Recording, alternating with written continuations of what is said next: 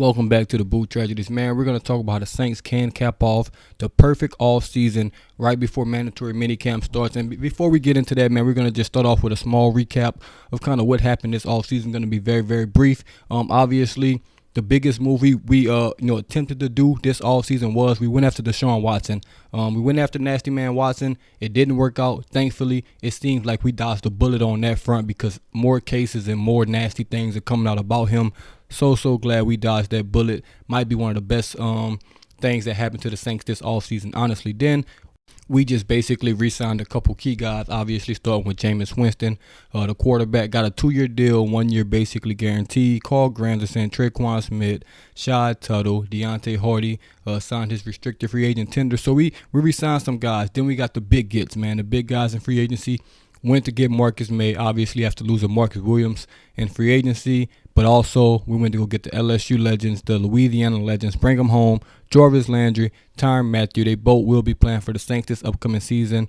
And then we had a really solid draft, 2 first-round picks, and getting Trevor Penning and Chris Olave and the rest of those guys. That was kind of the offseason, a quick recap. But what should we do next, man? What can, cap this offseason off to be perfect for this team to be in best position to compete for a championship this upcoming season?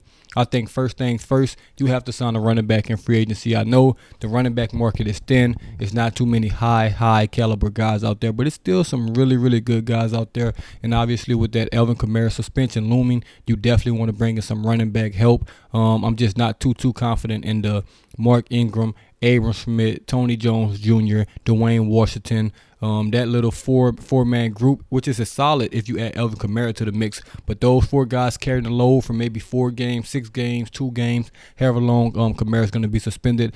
I'm just not 100% sure those guys can get it done. It is some guys out there. You can look up the free agency list. I won't name any players, but I do think we will bring a running back in, at least, to get a look at, somebody in mini camp and in preseason. We definitely should bring somebody in because Alvin Kamara probably won't even play a snap in preseason. Next up on the list, do think we should sign a defensive tackle, man. The defensive line is a very, very good group. The edge guys are very, very good, but the defensive tackles, I still think we can sign another guy, man. Maybe a depth signing or maybe a guy that's, a potential starter.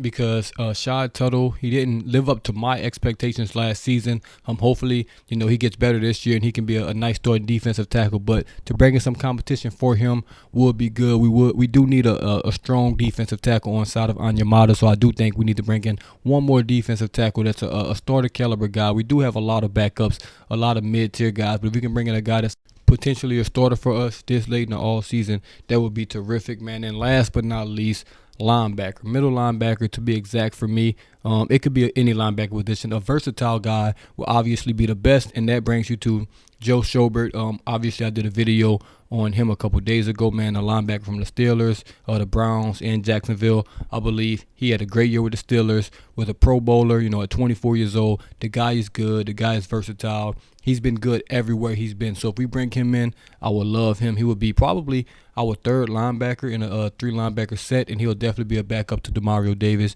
and Pete Warner. And then obviously the fan favorite, at least this YouTube favorite on my channel, a lot of people want Quan. Quan health is a concern. Will he take a backup role is a concern. But if they brought him in, I wouldn't be upset about that as well.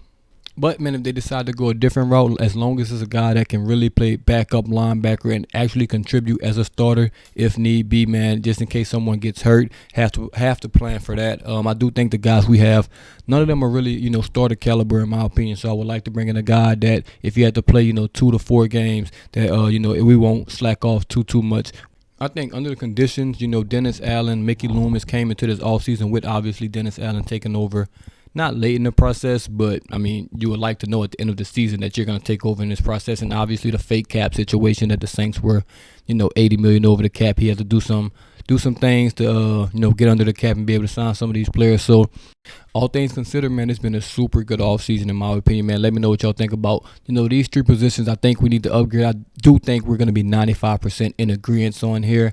But I do like the Saints offseason, one of the best offseasons, or at least one of the most fun offseasons. We don't know how good it is, man. Right now, it's just a lot of names on paper that look really, really good, but they still have to produce on the field. But let me know what y'all think about this offseason in the comments below. And as always, this is the Boot Tragedies, and I'm out.